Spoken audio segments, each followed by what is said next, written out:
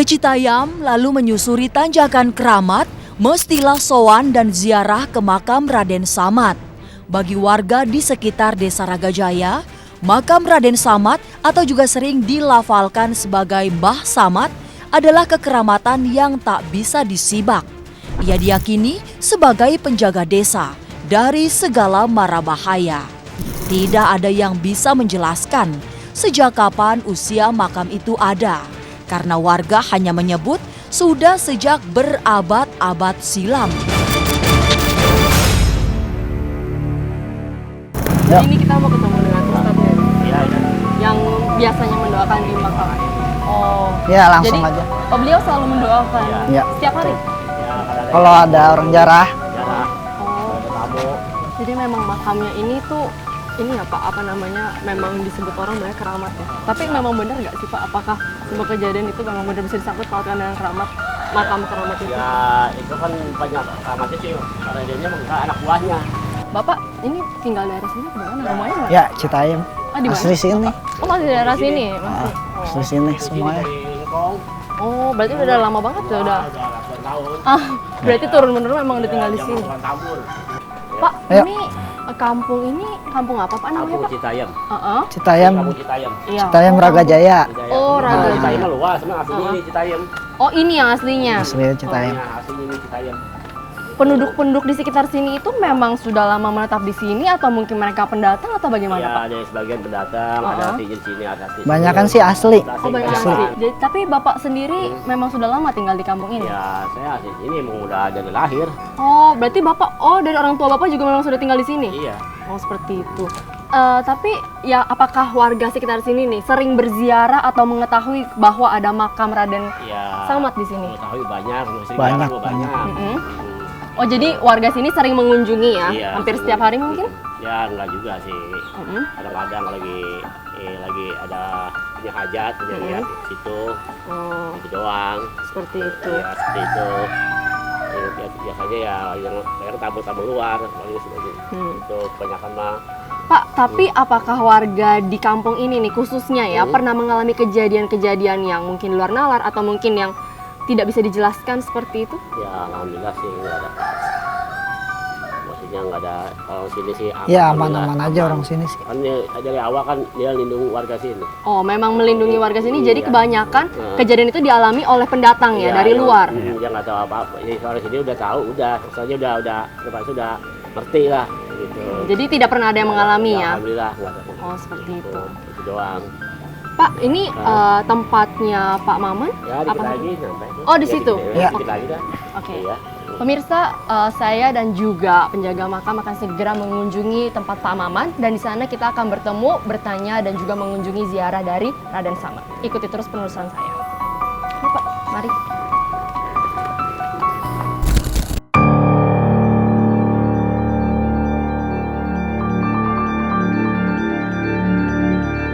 Assalamualaikum. Waalaikumsalam.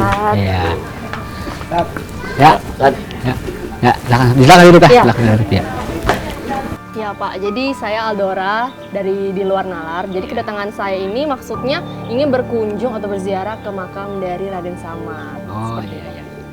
Ya kalau saya sih masalah orang tidur di sini, siapapun yang jarah, saya tidak akan pernah melarang. Silahkan, yang penting punya tujuan baik. Iya. Gitu. Ya, dan kedatangan saudara ini emang punya tujuan hajat baik, ya ayo silahkan kita jarah. Kalau mau perlu diantar sama saya antar, apa mau sendiri silahkan kalau saya begitu. Iya. Tapi sebelumnya saya ingin bertanya dulu nih Ya. Pak, sebenarnya banyak yang berziarah ke makam dari Raden Samad ini kan ya Pak?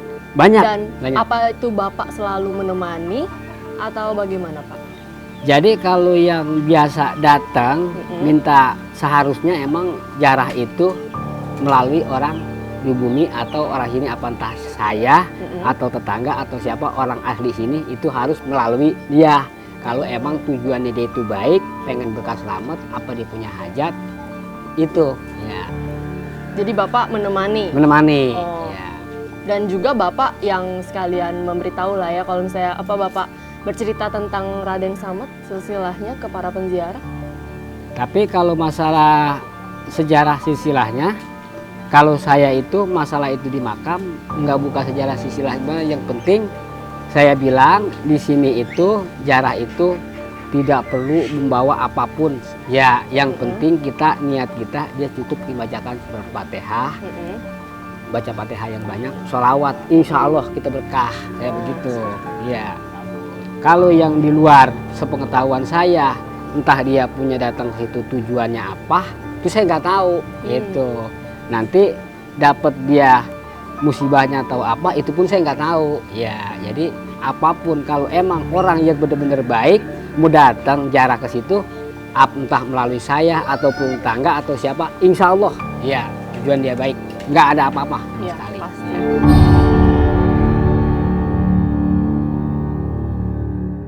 Tapi pernah nggak Pak ada penziarah yang datang nih ke makam Raden Samad, atau mungkin dia bercerita gitu ke Bapak tentang apa yang mungkin tujuannya datang ke makam tersebut? Ya kadang-kadang sih banyak yang datang ke situ ziarah, dia minta tujuannya satu, dia minta namanya minta berkah selamat, dan dia mendoakan. Yang saya bilang datang ke sini, saya nggak mau orang datang ke makam ini ziarah minta segala sesuatu apapun dengan kuburan, saya nggak mau, saya bilang gitu. Tetap kita datang ziarah tujuannya membacakan kirimin hadiah Fatihah, tetap kita minta sama Yang Maha Kuasa, kalau saya begitu. Tapi kalau ada yang datang entah dia bawaan apa, dia minta macam-macam, itu saya nggak mau. Iya, nggak mau. Saya nggak terima itu. Ya. Dan ahli kubur situ pun menolak katakan itu. Tapi pernah ada Pak kejadiannya yang ketika datang berziarah ternyata mempunyai maksud lain yang Bapak temui? Iya. Tapi kalau yang punya niat dia, apakah dia ingin apa? Ya istilah kata kerjanya atau bagaimana?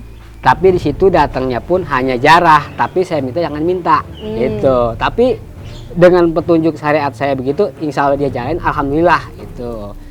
Cuman saya minta petunjuknya jangan meminta dia itu. Kalaupun sedangkan kata orang bilang kok ditanyakan itu banyak musibah begini lalang, tapi tergantung orang. Sekarang teteh orang lewat depan teteh tanpa permisi, apa reaksi teteh? Tuh.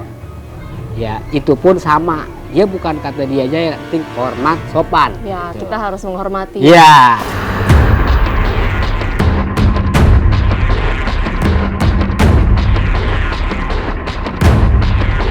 Ustadz Desa Ragajaya memang berkarib dengan suasana gaib di makam keramat. Kepadanya, semua peziarah meminta diantar untuk kemudian dilantarkan bertamu ke pusara Raden Samad. Pesan-pesan mistik juga sering datang berbisik di telinganya. Pesan agar selalu waspada, agar tak celaka.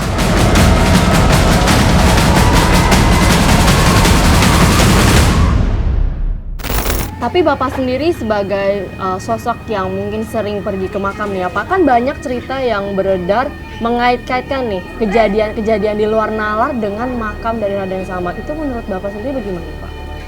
Kalau menurut saya masalah kejadian itu satu tergantung niat seseorang. Ya banyak yang mengatakan meremehkan lewat jalan raya tanjakan itu, tibang tanjatan begini masa gua nggak bisa nanjak, banyak seperti itu. Ya kadang-kadang apa yang diterjunin ke kali itu dia baru sadar, baru dia percaya gitu. Mungkin karena pemikiran awalnya kayak seperti menyombongkan diri. Iya. Kenapa ketika hanya tanjakan sekecil ini, tapi ketika melewati nggak mampu, ya gagal. Seperti itu. Maksudnya terjun ke kali itu mobilnya terjun ke kali langsung, Pak? Terjun. Di kali dekat sini? Ya kali yang ini ya. Lalu bagaimana, Pak? Dengan korbannya atau bagaimana? Ya korbannya ya luka ya. Maksud saya ya setelah itu dia percaya atau mungkin memang ya bahwa memang melewati tanjakan itu tidak boleh melakukan atau berpikiran sombong atau bagaimana? Ya jadi dari pelosok manapun orang itu mengetahui kalau lewat di tanjakan keramat minimal dia apabila dia ngasih klakson, kalau enggak ya dia permisi dah gitu. Insya Allah ya nggak ada apa-apa ya. Tapi Bapak sendiri pernah tidak mengalami kejadian-kejadian seperti itu? Tapi kalau saya sih enggak, tapi sering banyak orang yang saya kasih tahu begitu nggak didengar sama saya. Oh, banyak yang tidak mendengar? Iya. Lalu kejadiannya? Kejadian ada entah mobilnya terbalik gitu. Baru setelah itu mungkin dia percaya dengan Dia sadar ya bahwa di Tanjatan Keramat ini seperti ini mitosnya gitu.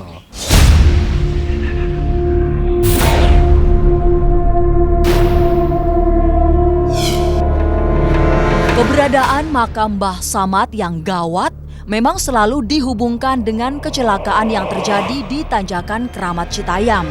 Padahal menurut warga Ragajaya, bersikap santun lalu percaya kekeramatan makam adalah kunci lepas dari maut. Jadi apa benar memang ada kaitannya Pak antara kejadian-kejadian yang terjadi dengan makam keramat Raden Samad? Ya karena setahu saya dari tahun zaman dulu juga karena ada makam di situ, siapapun yang lewat tanpa permisi itu udah pasti. Itu pasti ada kejadiannya. Pasti ada ya. Maupun pendatang ataupun bagaimana pasti ada kejadian. Pasti ada kejadiannya. Ya. Tapi Bapak sendiri sebelumnya sudah pernah mengingatkan kepada yang mau lewat gitu atau mungkin ada peringatan? Sekarang saya kalau misal pas saya lagi di jalan, banyak bawa truk, bawa barang-barang berat, itu saya kasih tahu. Oh, Bapak pasti kasih tahu ke para pendatang ya, untuk sopan? Ya, sopan. Kalau bisa minta tolong dah, satu naik di atas, dua permisi silakan kalau mau lewat. Saya bilang begitu. Kadang-kadang banyak yang ngeyel seperti itu. Ah, di bang tanjatan begini lebih tinggi diri saya mampu. Banyak seperti itu. Pak, boleh saya berkunjung ke makam keramat tersebut? Ya, boleh silakan. Boleh? Ya. Ya, boleh ditemani Pak? Ya, siap saya temanin. Oke pemirsa, saya dan juga Pak Ustadz akan mengunjungi makam keramat tersebut. Tetap ikuti penelusuran saya. Mari Pak.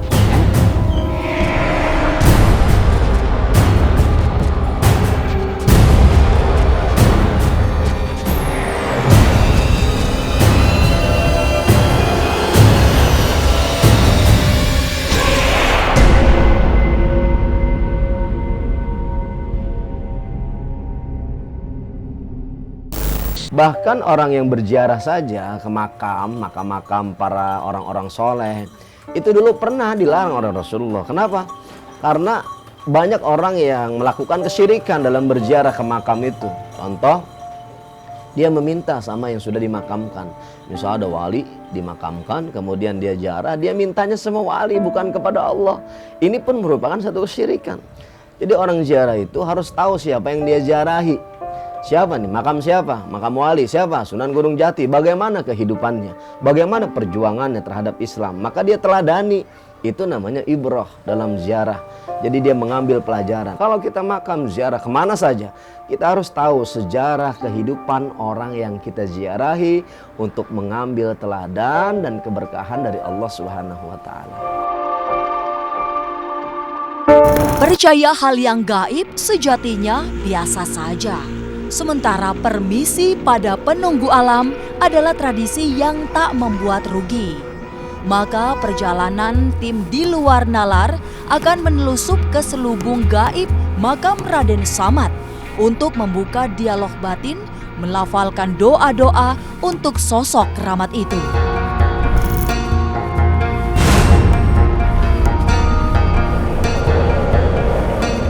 Kalau boleh tahu Bapak seberapa sering berziarah ke makam ini Pak?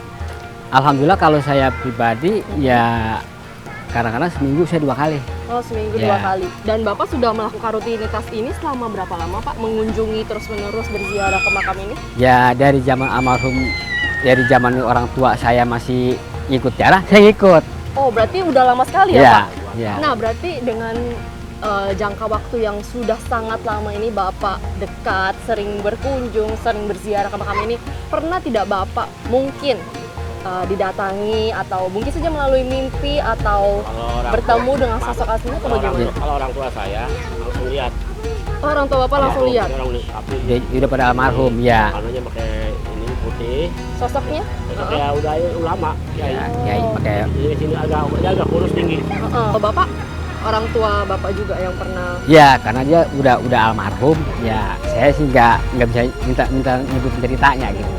Amanatnya jaga baik-baik, jangan sampai ada orang yang disalahgunakan gitu. Ya. Oh, sosoknya seperti itu. Iya. Kira-kira yang digambarkan oleh orang tua Bapak Iya. ketika Iya, datangnya atau langsung. melihat. Lihat langsung orang itu pernah dikasih unjuk. Kalau Bapak pernah lihat Pak, Bapak kan juga sebagai Iya. penjaga makam yang sering mengunjungi dan membersihkan atau mungkin oh Bapak pernah datang lagi seperti sosoknya sama seperti di sini. Oh, memakai sorban, kurus tinggi. Nah, seperti apa Pak mimpinya boleh diceritakan?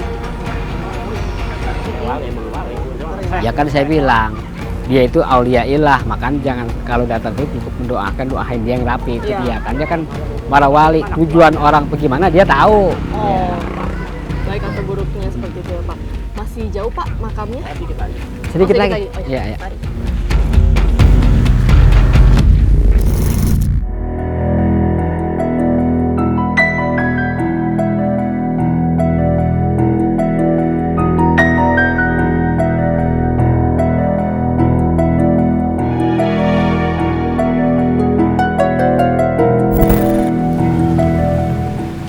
Pemirsa, sekarang saya sudah berada di depan makam dari Raden Samad dan seperti yang saya lihat, makam dari Raden Samad ini sangat terawat dengan baik, terjaga, bersih dan juga dirawat oleh warga kampung sini, terutama penjaga makamnya Bapak Rohim. Dan sebentar lagi saya akan segera masuk ke dalam untuk mendoakan Raden